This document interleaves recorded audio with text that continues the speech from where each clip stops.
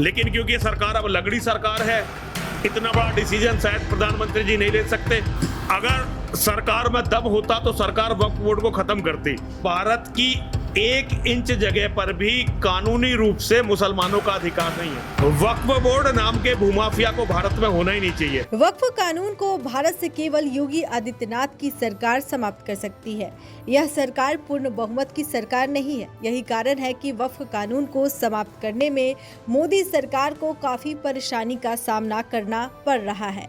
डासना देवी मंदिर के महंत यति नरसिंहानंद गिरी ने वक्फ कानून को समाप्त करने की दलील दी है। डासना देवी मंदिर के महंत यति नरसिंहानंद गिरी ने वक्फ कानून पर बोलते हुए कहा कि मुसलमान धर्म के नाम पर इस देश के पहले ही 2 टुकड़े कर चुके हैं और मुसलमानों का इस देश की जमीन पर किसी प्रकार का कोई अधिकार नहीं है। उन्होंने वक्फ को भूमाफिया करार देते हुए बताया कि देश के पूर्ण बहुमत की सरकार नहीं है, इसलिए जब अगली बार यूपी के सीएम योगी आदित्यनाथ देश के प्रधानमंत्री बनेंगे तब वे इस वक्फ बोर्ड को पूरी तरह से समाप्त कर देंगे। हम सभी को एक बात समझनी चाहिए, मुसलमान जो आज भारत में रहता है उसके बाप दादा अपना हिस्सा, अपने हिस्से की जमीन लेकर पाकिस्तान और बांग्लादेश 2 देश बनवा चुके हैं।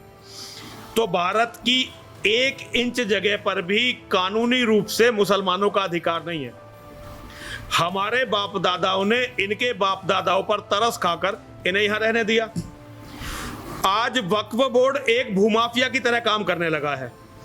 तो ये बहुत ही बड़ा अन्याय है सनातन धर्म के साथ और भारत राष्ट्र के साथ। वक्फ बोर्ड नाम के भूमाफिया को भारत में होना ही नहीं चाहिए। अगर सरकार में दम होता तो सरकार वक्फ बोर्ड को खत्म करती, लेकिन क्योंकि सरकार अब लगड़ी सरकार है, इतना बड़ा डिसीजन शायद प्रधानमंत्री जी नहीं ले सकते।